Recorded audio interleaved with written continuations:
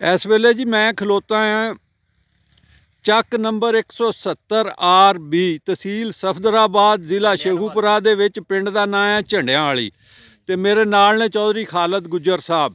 ਚੌਧਰੀ ਖਾਲਦ ਸਾਹਿਬ ਜੀ ਜ਼ਿਮੀਂਦਾਰ ਨੇ, ਕਾਸ਼ਤਕਾਰ ਨੇ ਔਰ ਸ਼ੌਕੀਨ ਲੋਕ ਨੇ। ਇਹ ਹਜੇ ਵੀ ਇਸ ਦੌਰ ਦੇ ਵਿੱਚ ਵੀ 2020 ਅੱਜ ਨਵੰਬਰ ਦੀ ਹੋ ਗਈ ਆ 15 ਡਰਿਲ ਕਰ ਰਹੇ ਕਣਕ। ਤੇ ਇਹ ਵੀ ਬੜੀ ਗੱਲ ਹੈ ਜੀ, ਕਣਕ ਜਿਹੜੀ ਕਹਿੰਦੇ ਹੁੰਦੇ ਓਰਾ ਬਾਦਸ਼ਾਹ, ਕੇਰਾ ਵਜ਼ੀਰ ਤੇ ਛੱਟਾ ਫਕੀਰ ਤੇ ਢੱਗਿਆਂ ਵਾਲੀ ਡਰਿਲ ਰੱਖੀ ਆ ਜੀ। ਇਹਨਾਂ ਦੇ ਨਾਲ ਗੱਲ ਕਰਦੇ ਜਨਾਬ।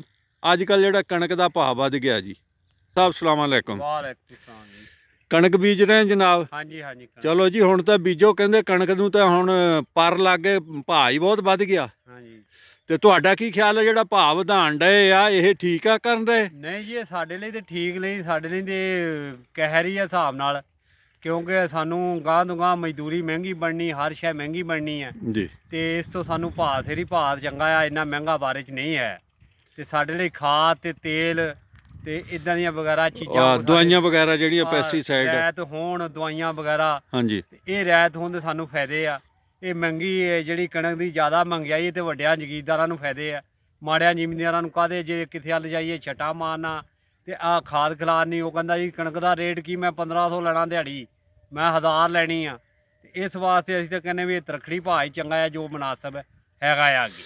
ਬਿਲਕੁਲ ਠੀਕ ਹੈ ਜੀ, ਜਿਸ ਤਰ੍ਹਾਂ ਤੁਸੀਂ ਫਰਮਾਇਆ ਕਿ ਤਖੜੀ ਭਾਅ ਹੀ ਚੰਗਾ ਆ। ਹਾਂਜੀ।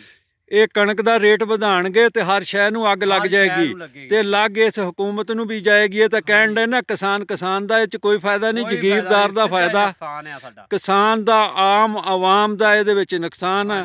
ਤੇ ਇੱਕ ਆਮ ਕਾਸ਼ਤਕਾਰ ਦੀ ਜਿਹੜਾ ਢੱਗਿਆਂ ਨਾਲ ਡਰਿਲ ਕਰ ਰਿਹਾ, ਉਹਦੀ ਆਵਾਜ਼ ਮੈਂ ਤੁਹਾਨੂੰ ਸੁਣਾਈ ਹੈ।